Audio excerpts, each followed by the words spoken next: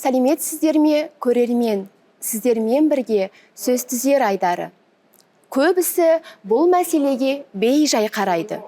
Осы сөйлемдегі көбісі деген сөз бұл контексте қате, себебі ол жалғаулы қайталауға жол береді. Мұны нақты түсіну үшін сөздің құрылымы мен дұрыс қолданылуын талдап көрейік. Көп деген сөздің тәуелдік жалғауы үшінші жағының қосымшасы арқылы жасалған түрі.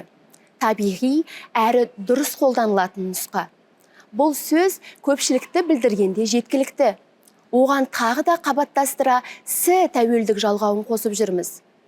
Көбісі формасы грамматикалық тұрғыдан кейде түсінікті болғанымен, стильдік тұрғыда дұрыс емес және тіліміздің ықшамдық және табиғилық принципіне қайшы.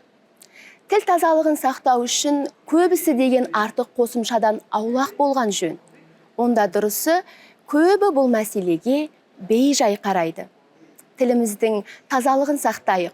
Келесі кездескенше сау болыңыздар.